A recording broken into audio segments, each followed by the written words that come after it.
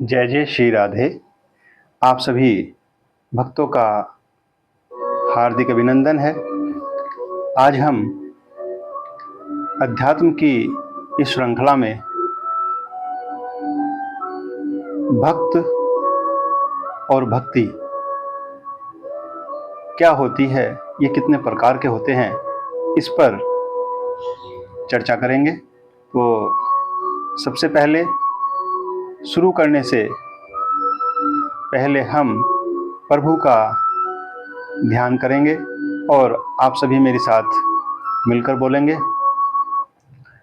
हरि नाम संकीर्तन हम सभी मिलकर करेंगे। राधे राधे गोविंद गोपाल राधे, राधे राधे गोविंद गोपाल राधे, राधे राधे गोविंद गोपाल राधे, राधे राधे गोविंद गोपाल राधे, राधे राधे गोविंद गोपाल राधे, राधे राधे गोविंद गोपाल राधे। जय जय श्री राधे, जय जय श्री राधे। प्रभु सभी पर अपनी कृपा बनाए रखें और अपनी भक्ति हमें प्रदान करें। तो देखिए आज कितना अच्छा प्रसंग हमारा है, भक्त और भक्ति। तो सबसे पहले हम ये जान लेते हैं कि भक्ति क्या होती है और भक्त कितने प्रकार के होते हैं, ये जानना बहुत आवश्यक है, क्योंकि भक्त और भक्ति दोनों एक दूसरे के पूरक हैं, एक दूसरे से जुड़े हुए हैं। अच्छा, आप में से हमें कौन बता सकता है कि भक्त पहले आया या भक्ति पहले आई? तो श्रीमद् भागवत महापुराण में भक्ति का वर्णन सबसे पहले है, और भक्त हैं तो भक्ति है, भक्ति है तो भक्त हैं, दोनों एक दूसरे से जुड़े हुए हैं। देखिए कैसा संयोग प्रभु ने ये बनाया है कि भक्त और भक्ति दोनों एक दूसरे के पूरक हैं। तो चलिए जानते हैं भक्त कितने प्रकार के होते हैं। सबसे पहले ये बहुत आवश्यक है कि लोगों में प्राय ये भ्रम रहता है कि मैं सबसे बड़ा भक्त हूँ या वो सबसे बड़ा भक्त है, मैं उससे ज़्यादा भक्ति करता हूँ। लेकिन हम आपको यह बता दें, भक्त तीन प्रकार के होते हैं। इस संसार में, इस चराचर जगत में, इस पूरे ब्रह्मांड में तीन प्रकार के भक्त पाए जाते हैं। और वो कौन कौन से होते हैं? नंबर एक, सत्वगुणी।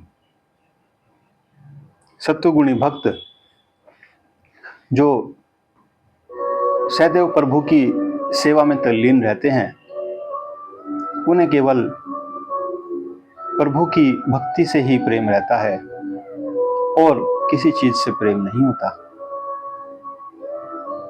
सदा सत्य बोलते हैं, सद्मार्ग पर चलते हैं, काम क्रोध लोभ मोह इन सब से परे जो भक्त होते हैं उन्हें सत्वगुणी भक्त कहा जाता है। दूसरे रजोगुणी भक्त होते हैं। इस संसार में सबसे ज्यादा रजोगुणी भक्त पाए जाते हैं। रजोगुणी भक्त जो गृहस्थ आश्रम में रहते हैं या अपनी आजीविका चलाने के लिए कुछ धनोपार्जन करते हैं, अर्थ धर्म कार्य मोक्ष के प्रति अग्रसर रहते हैं, क्योंकि इस संसार में जो भी जीव है वह अपनी जीविकापार्जन के लिए कुछ ना कुछ अर्थ का अर्जन करता है, यानी कि धन का उपार्जन करता है, धन का संग्रह करता है, क्योंकि उसी से उसका जीवन चलता है। मनुष्य जीव जो है वो धन को कमाने में लगा रहता है। तो रजोगुणी भक्त इस संसार में सबसे ज्यादा आपको प्राप्त होंगे, देखे जाएंगे। दूसरी प्रधानता रजोगुणी की यह भी है कि जो व्यक्ति अर्थ तो कमाता है लेकिन वह धर्म के कार्यों में नहीं लगाता, तो उसके धन का, पुण्य और धन दोनों ही छीन होने लगते हैं। इसलिए आप अपने धनोपार्जन का कुछ अंश धर्म के कार्य में जरूर लगाएं, धर्म के कार्य के लिए निकाल कर रखें, क्योंकि प्रभु इस चराचर जगत के स्वामी हैं। यह जीवन आपको प्रभु ने दिया है और आप उसके प्रति कृतज्ञ हमेशा बने रहें। ऐसी भावना रखते हुए जो भी आप दिन में धन कमाते हैं उसका एक भाग प्रभु के लिए समर्पित जरूर करें। इससे आपके धन की वृद्धि होगी, कुल की वृद्धि होगी। और ये बात श्रीमद् भागवत महापुराण में स्पष्ट रूप से लिखी हुई है। तो रजोगुणी भक्त जो है प्रभु को बहुत प्रिय हैं, क्योंकि वे सभी कार्यों के संलिप्तता के साथ साथ धर्म के कार्यों में भी लगे रहते हैं, जिससे धर्म आगे बढ़ता है। तीसरे जो भक्त होते हैं वो तमोगुणी प्रकार के भक्त होते हैं, जो हमेशा तमो गुण में व्यस्त रहते हैं। तमोगुणी भक्त मुख्य रूप से मांस, मदिरा, गलत कार्यों में संलग्न रहते हैं। इस प्रकार के भक्त तमोगुणी भक्त की श्रेणी में आते हैं, अर्थात उन्हें और किसी कार्य से कोई मतलब नहीं होता।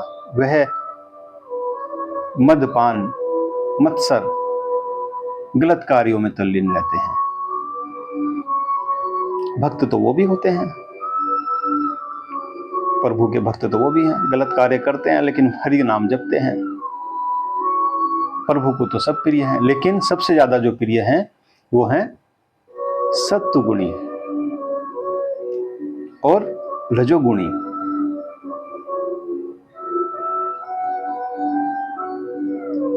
यहां पर एक बात और स्पष्ट आपको कर दी जाए कि प्रत्येक व्यक्ति को, प्रत्येक जीव को उसके कर्मानुसार फल अवश्य मिलता है।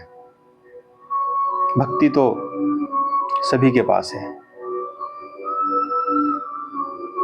जो गलत कार्य करते हैं वो भी प्रभु का नाम लेते हैं, लेकिन प्रभु उन्हें उनके कर्मानुसार दंड देते हैं।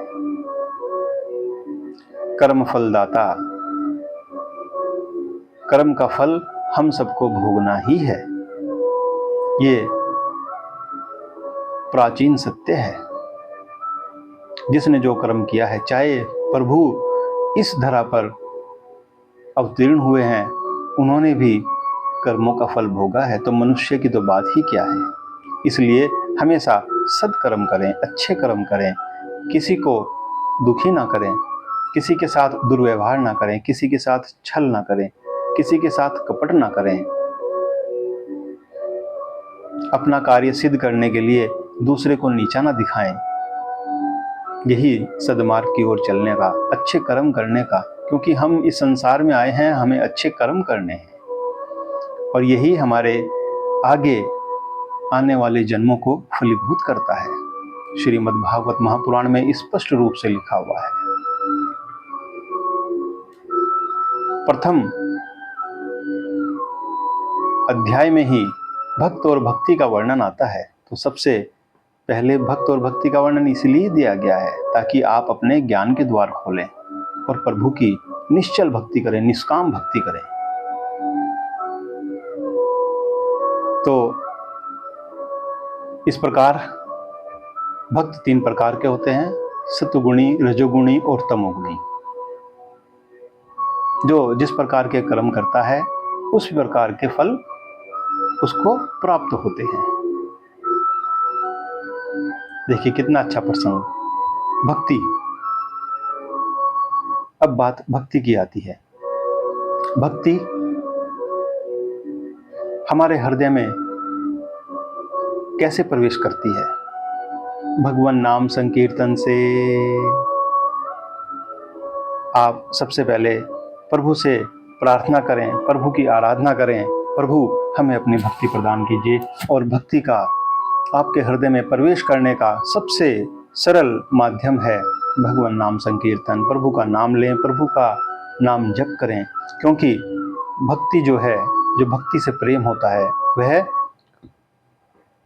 सुनने से होता है। हम अच्छे प्रवचन क्यों सुनते हैं?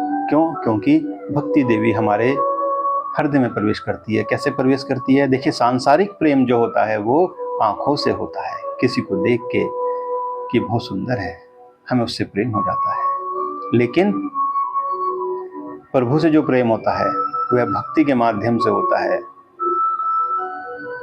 भक्ति प्रवेश करती है कानों के माध्यम से। भक्ति जो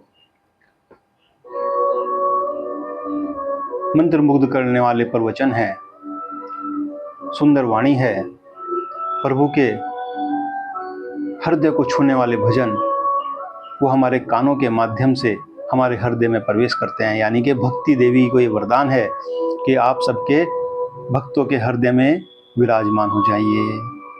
जब श्रीमद् भागवत महापुराण का प्रारंभ हुआ और सनत कुमार जी ने हरिद्वार में भागवत कथा प्रारंभ की, तब भक्ति देवी जब वहाँ प्रकट हुई तो उन्हें बैठने के लिए जो स्थान दिया गया वह क्या था? भक्तों का हृदय। भक्तों के हृदय। भक्ति को ये कहा कि आप सभी भक्तों के हृदय में वास करो। तो इस प्रकार हमें जो है भक्त और भक्ति दोनों का सम्मान करना चाहिए। सदैव अच्छे भक्तों के साथ बैठें, उनसे वार्ता करें, उनके सुंदर प्रवचन सुनें और भक्ति को हमेशा अपने हृदय में धारण करें। बोलिए जय जय श्री राधे, जय जय श्री राधे। ओम नमः भगवते वासुदेवाय नमः। ओम नमः भगवते वासुदेवाय नमः। जय हो प्रभु की जय हो।